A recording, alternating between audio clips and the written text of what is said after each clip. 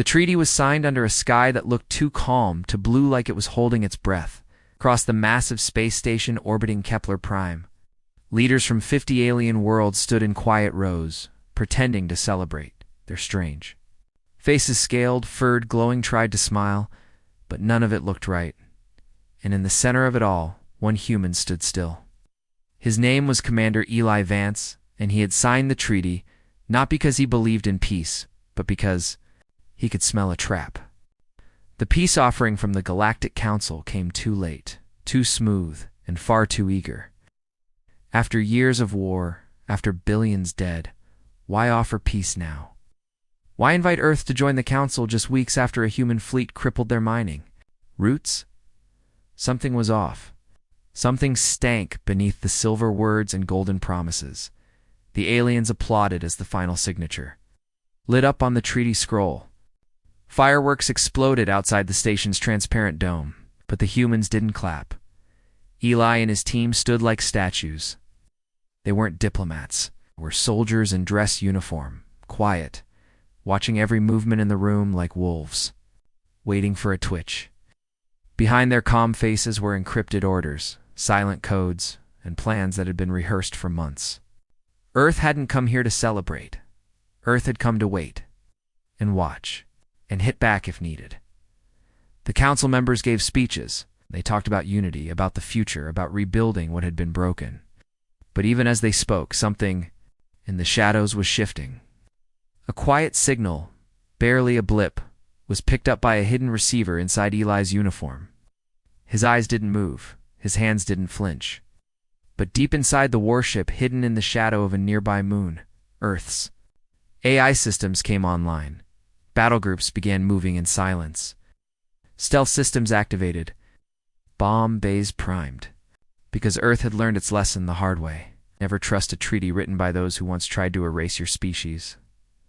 2 hours after the treaty was signed, the station lights flickered. Power dropped for less than a second. But to human systems, that blink said everything. It was a code hidden in the blackout. A betrayal confirmed. Eli's wrist monitor pulsed green once. The kill switch had been flipped by the Council. Earth's leaders had been right. The treaty wasn't real. It was bait. A setup. The plan was to lower Earth's guard, get its fleets to stand down, and then strike hard, decapitate the human command, destroy the Sol system, and rewrite history with Earth's ashes. But Earth didn't lower its guard. Before the Council could trigger their surprise fleet, Earth's counterstrike had already begun. Hidden drones activated inside the Council's own warships. Sabotage teams that had been sleeping for weeks on alien stations came alive and went silent. And far above the quiet ceremony, in the black space beyond the stars, Earth's real fleet came out of Cloak 6 dreadnoughts, 100 cruisers, swarms of kill ships that carried no names. Just designations. Eli tapped twice on his comlink, and the doors behind him slammed shut. The hall filled with gas, not poison, just a neural suppressant, enough to drop every alien ambassador to the floor in seconds, not to kill, just to send a message. You wanted to trick Earth with your treaty? Eli said as he stepped over the unconscious bodies, his voice quiet in the echoing chamber. But Earth doesn't forget. At Earth signs with missiles now. Outside the station, the Council's hidden.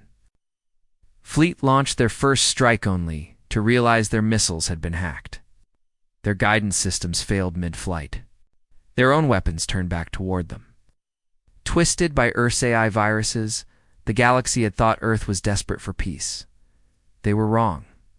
Earth didn't fear war. Earth had learned how to master it.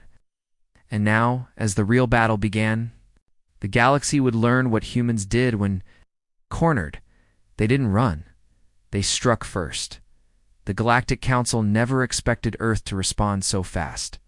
For decades, humans had been treated like late arrivals' new blood, loud and unpredictable. The older races called them primitive. They mocked Earth's crude engines, its aggressive military tactics, its lack of telepathy or hive minds. But in secret, the Council feared what it didn't understand. And now, as the Council's fleet began to fall apart from within, that fear became very real. Commander Eli Vance watched the holographic display in front of him. Dots representing enemy warships blinked out one by one silently, efficiently. The sabotage planted months ago was working perfectly. Drones had disabled navigation systems. Worms had erased command protocols. And the ships that managed to fire back were shooting blind. Earth's cloaked fleet danced between them like shadows. The humans weren't just fighting. They were dismantling the Council's entire war machine without a single speech, without a single warning. Inside the station, chaos began to rise. The gas had worn off on some species faster than expected. A tall Varkari ambassador scaled and 6-armed lurched to his feet, trying to pull a plasma blade from his ceremonial belt. Eli didn't even flinch. One of his soldiers stepped forward, calm as stone, and fired a stun round straight into the alien's chest. The Varkari dropped like a stone. "We were too soft before," muttered LT Ramirez, scanning the room with her. Rifle tried to play nice. Eli nodded slowly. Not anymore. The message had already been sent to Earth's allies, those few species who had stayed loyal or neutral. They were told to stand down, stay out of the way, and watch. What came next wasn't diplomacy. It was a demonstration. The Council had played dirty for too long, interfering in human genetics, sabotaging Earth's colonies, even seeding bioweapons. During trade talks, they thought humans would beg for a seat at their table. But Earth never begged. Earth built its own table and welded missile turrets to it. Across the Kepler system, Council bases began to go dark. Communications were jammed. Power grids collapsed. Planetary shields shut off. One by one, their defenses were stripped away like old armor. And still, the humans didn't broadcast any threats. No demands, no ultimatums. Just silence and precise. Destruction? It was that silence that scared the Council the most. Back in the command room, Eli stared at a blinking red signal on the holomap. A final failsafe, one last Council fleet hidden behind the rings of Ithis 9.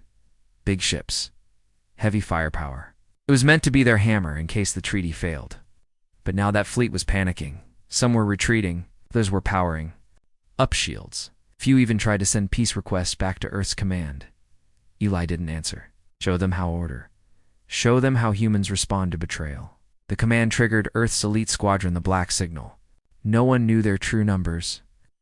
No one had seen them in battle and lived. They didn't come in big ships or bright lights. They came in silence, using stealth drives wrapped in artificial darkness. They didn't attack like an army they infected, like a virus. Within 12 minutes, the Ithis 9 fleet had no bridge crews, no AI cores, no functioning shields. And still, Earth said nothing. The galaxy watched from the sidelines, frozen in shock. Races that once mocked Earth now held their breath. A few sent private messages, apologies, offers, quiet praise. But the humans didn't respond. Their focus was total. Eli turned to Ramirez again. "What's the Council's next move?" Ramirez checked her feed, scattering. "They're pulling back to Arxes Prime, trying to regroup." "Good," Eli said. "We want them scared. We want them wondering if Earth will stop, because that was the real power. Now not the weapons, not the ships, but the mystery." Didn't want control. Earth wanted the Council to remember. Peace could only exist when both sides respected fear. And Earth had earned its fear the hard way. The humans didn't destroy every Council world. Not yet. That wasn't the plan. This wasn't revenge. It was a warning. And the silence before. The fire would echo across the stars. The Council's surviving members scrambled across the galaxy, retreating like frightened insects. Their high lords, once so smug in their thrones, now barked orders in panic from deep bunkers on Arxes Prime. The treaty room on Centurion Station lay in ruins, its walls scorched by pulse fire, its ceilings half collapsed. Across dozens of systems, Council forces tried to reform a defense line, desperate to stall Earth's advance. But Earth was already there. Human warships moved faster than expected. No banners. No negotiations. Just brutal precision. Blackout. Zones spread across Council territory like ink in water. One by one, Earth's enemies vanished from sensor logs, cut off before they could even regroup. Where once Earth had waited for permission, now it gave none. Where once humans were laughed, now they arrived like ghosts of war. Commander Eli Vance stood aboard the Vindicator, one of Earth's oldest and most feared war carriers. He stared out at the cracked moon of Jareth 4, where the Council had set up a hidden command post beneath the surface. They thought the humans wouldn't find it, but Earth's AI scouts had already mapped the tunnels, intercepted their chatter, and loaded it into the Vindicator's strike systems. "Orders, sir?" Ramirez asked. Standing beside him, calm, despite the destruction all around them, Eli didn't. "Blink, crack the surface. Smoke out whoever's left." The strike began without fanfare. Orbital drills rained down like thunderbolts, punching straight through miles of rock and alloy. No warnings, no second chances. Council officers tried to launch escape ships, but Earth's hunter drones were already in orbit, cloaked and watching. One by one, the escape pods burst like fireworks in the sky. From orbit, it looked like the planet itself was being hollowed out. No messages came back, and still, Earth said nothing. Across the galactic net, millions of species watched in silence. The broadcast feeds weren't from Earth, someone else was leaking them. But humans didn't stop the footage. They wanted it known. They wanted every world to see what happened when you made Earth your enemy. The Council had called them savages. Unpredictable, dangerous. And now they were learning what that really meant. Arxes Prime went into lockdown, throwing up its ancient planetary Shieldan energy dome, the size of a continent. The Council believed it was impenetrable. It had held back supernovas, plasma storms, even gravity wells. But Earth didn't plan to break it. No. They planned to suffocate it. Eli tapped the map on his wristpad. Seal the planet. Cut all trade routes, fuel lines, food shipments. Block every channel they want to hide. Fine. Let them starve in silence. Within hours, Earth's fleet encircled. Arxes Prime like vultures around a corpse. They didn't fire a shot. They didn't demand surrender. They simply waited. Inside the shield, panic spread fast. The Council had always relied on power, not patience.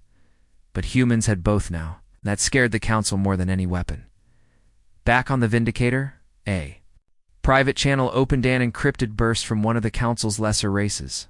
"Please. We never agreed to this attack," it read. "We always respected Earth. Please, don't punish our world." Lee read the message and nodded slowly. "Send them coordinates to stand down. If they stay out of it, they survive. If they join the Council, they burn." "Understood," Ramirez replied. All across Council space, small factions began to peel away. Worlds once loyal to the regime started going silent, not from destruction, but from fear. Earth didn't need to conquer planets. It just had to. Let them see what was coming. The greatest weapon wasn't firepower. It was inevitability. In one dark system, Council Admiral Briven tried to mount a counterattack. His fleet of 30 capital ships emerged from slipspace near the Orion Divide ready to retake a key relay. But what he found wasn't silence. It was already burning. Earth had arrived 6 hours earlier, dismantled the relay, and set fire to the debris field just to make a point. Briven's fleet hesitated. That hesitation cost them everything. Black signal unit warped in behind them, weapons cold, ships silent, and within minutes the entire fleet was gone. No wreckage, no escape pods, just empty space. The message was clear. Wherever the Council ran, Earth had already been, and this time there was no escape. The Council wasn't done. Not yet. Humiliated, hunted, and splintering. Its high command authorized one last desperate move, a hidden plan known only to the oldest within their ranks. It had been drawn up decades ago, back when humanity first stepped into the stars. They'd never thought they'd need it. But now, Earth had become too dangerous, too fast, too wild. There was only one hope left. Operation Hollow Flame. Its target wasn't a fleet or a colony. It was Earth itself. Stealth assault force launched from deep within the Glavian Rift, using cloak drives and biosynthetic ships. No signals, no warp traces, Nothing that could be tracked. These weren't ordinary soldiers. They were death squads, made to disappear into planets, release biodissolvers, destabilize tectonics, and vanish. They didn't need to conquer Earth. They just needed to make it bleed. But as they slipped into Sol System, nearing Earth's orbit cloaked in starlight, something happened. The stars blinked. One by one, their ships began losing power. Their cloaks failed. Engines stuttered.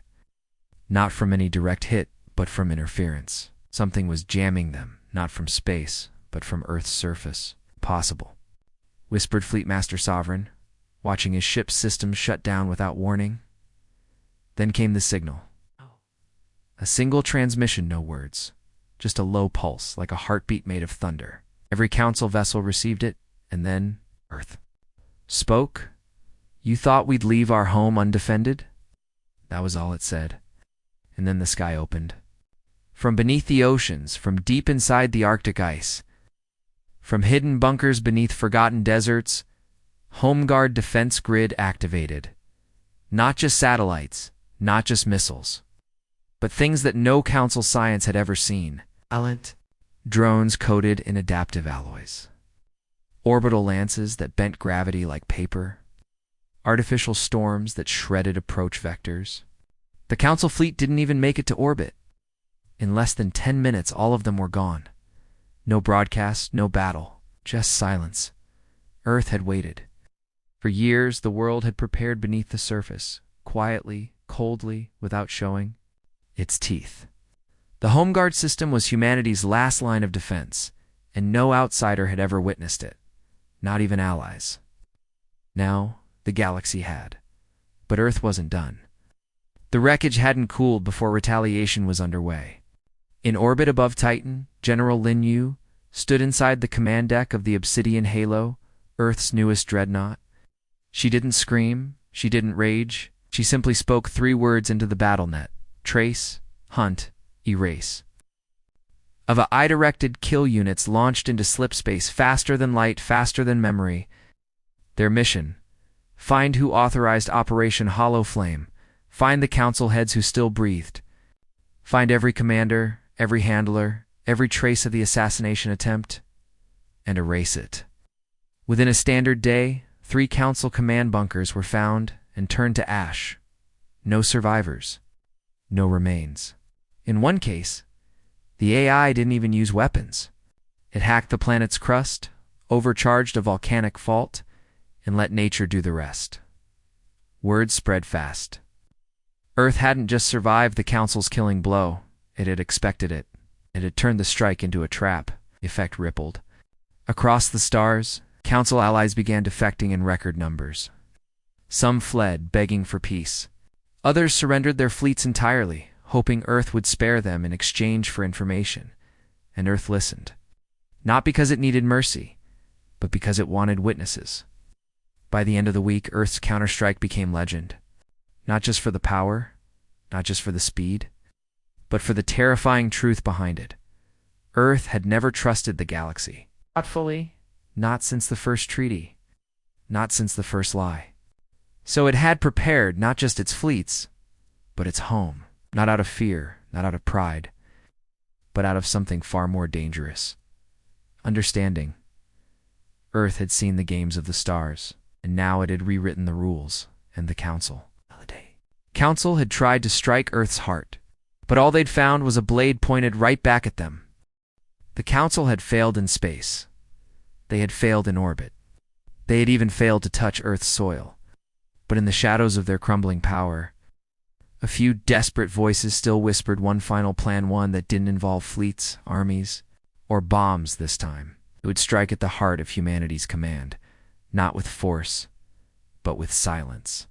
The mission was named Black Tithe, an ancient council tactic used only twice in recorded history. It was simple, brutal, and irreversible. Assassins, not ordinary killers, but null Phagos biological ghosts. They weren't born. They were made. Each one built from the DNA of 10 extinct predator species, wrapped in nanoflesh and trained in total darkness. No emotions, no fear, no language. just purpose. Their target, the 5 pillars of Earth, the generals, leaders, and strategists who had held humanity together through the war. Take them out, and Earth's unity would shatter. Its fleets would break. Its revenge would scatter like dust. But the Council didn't know one thing. They weren't the only ones playing this game. The Null. Phages arrived on Earth unnoticed, no ships, no signatures. Smuggled in stasis, hidden in meteor fragments, and redirected space junk. A plan worthy of their name. Silent, invisible, perfect. But perfection ended the moment they touched ground. They expected no resistance. No alarms, no defense. What they found instead was the Ghost Protocol. Within seconds of landing, every phage was tagged not with trackers, not with bullets, but with quantum shadows. Earth's defense AI, Erebus, had been running simulations for decades. It knew how an assassin moved, how it breathed, how it hesitated before a kill. It watched patterns in airflow, in shadows, in silence itself, and when the phages took their first step, Erebus was already there. The phages didn't know they had failed. They kept moving, stalking, closing in on their targets. But the targets weren't real. What they thought were Earth's leaders were decoys, lifelike, breath-warm, bleeding if cut, but empty. The real pillars had been relocated hours earlier, and now the trap was ready. Inside a secure Arctic vault, General Carter stood with his hands behind his back, watching a holofeed of a null phage kneeling, arms torn off, eyes wide, not with fear but confusion. "You didn't fail," he said coldly. "You were never meant to succeed." One by one, every null phage was captured alive, not killed. Studied Earth didn't destroy them. It dissected their code, disassembled their memories, ripped apart everything the Council had hidden behind. Within 3 hours, the source labs were found. Within 4, they were dust. The message sent across the stars was brutal. "You sent ghosts. We made them bleed." And the galaxy listened. Because this wasn't just power, it was preparation. The kind of planning that went beyond defense, beyond war. It was the work of minds that had already lived through betrayal. That had assumed, from the start, that peace was a lie, and so they had planned for betrayal. With layers of deception, so deep that even the assassins believed they had the upper hand. But Earth didn't need to chase shadows anymore. Now, it held the mirror up to the galaxy. It showed them what happened when you tried to slay a world that had stopped believing in promises. When you tried to cut off the head of a species that no longer trusted peace, the Council thought killing 5 humans would end the war. Instead, they showed Earth that the galaxy was still afraid of the dark. But now, Earth had become it. Attack came at 2:37 UTC. No sound, no fire, no visible ships in orbit. Just a flicker, a blink, sharp drop in power output from Earth's orbital satellites, followed by silence across half the planet's defense grid. Cities went dark. Communications scrambled. Defense towers powered down mid-cycle for 10 whole seconds. Earth looked blind. That was the Council's moment.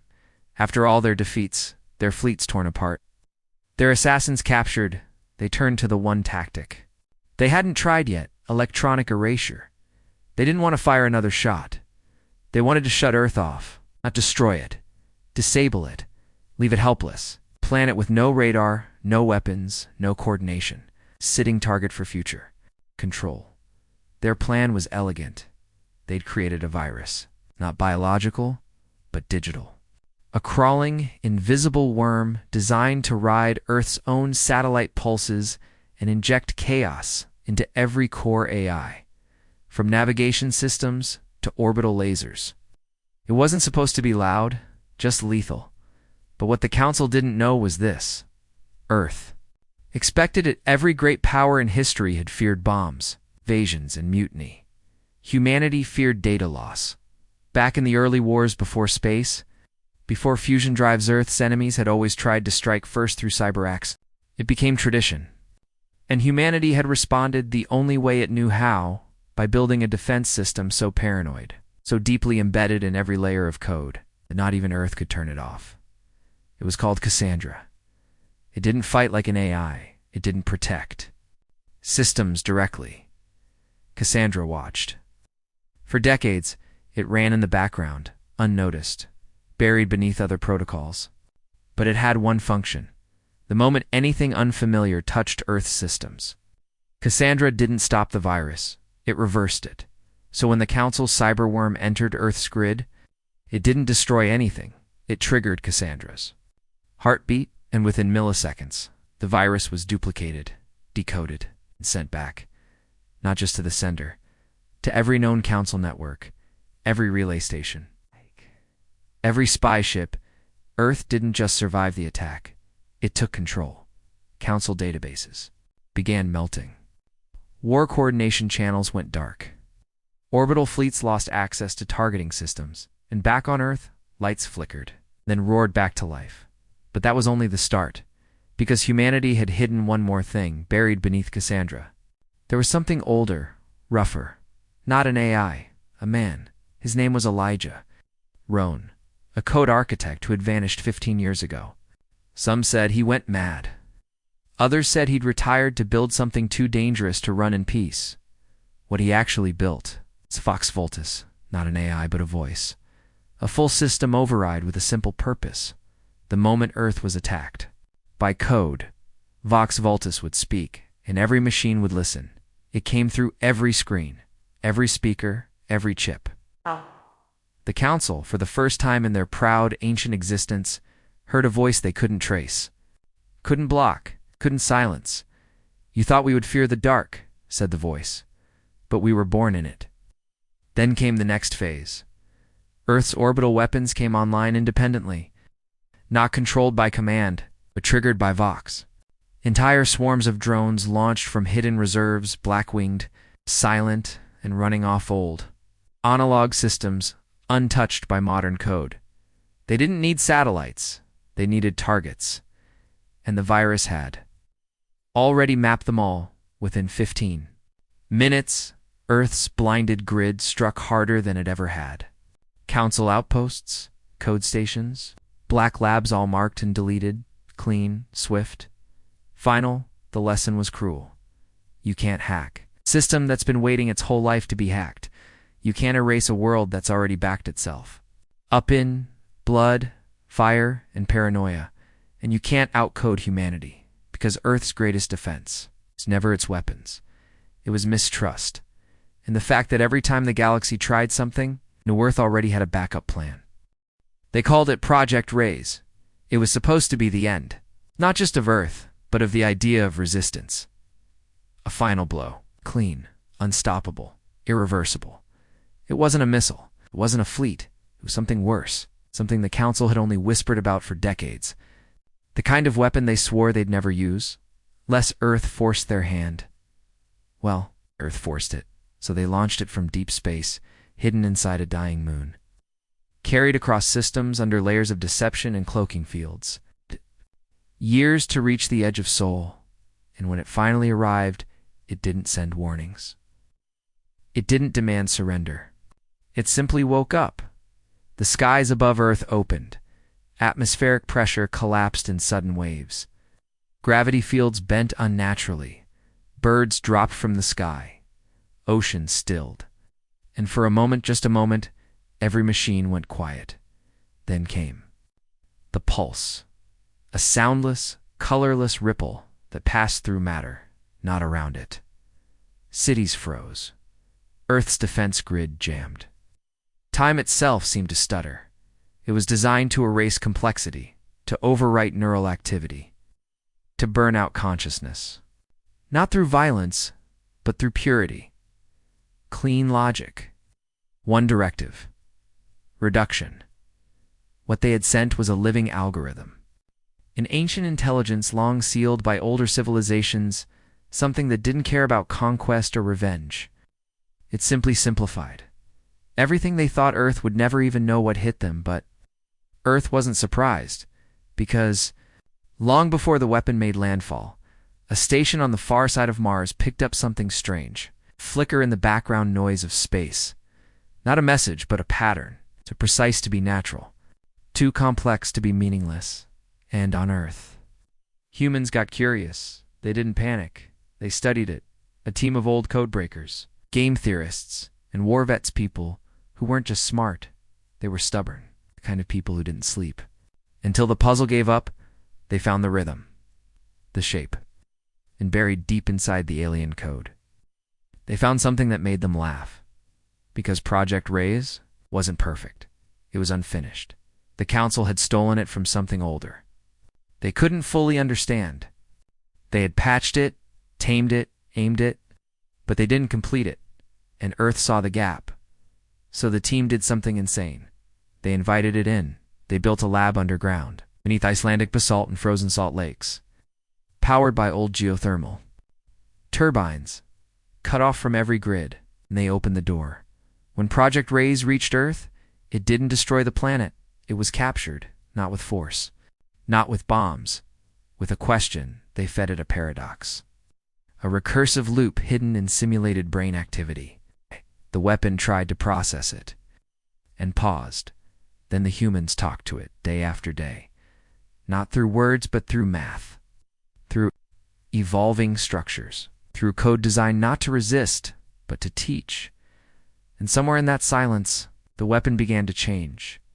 It grew curious because this world didn't shrink away. It engaged. It didn't shut down. It adapted. Instead of fear, it showed playfulness. And the weapon, for the first time in its ancient existence, found something it couldn't erase: imagination.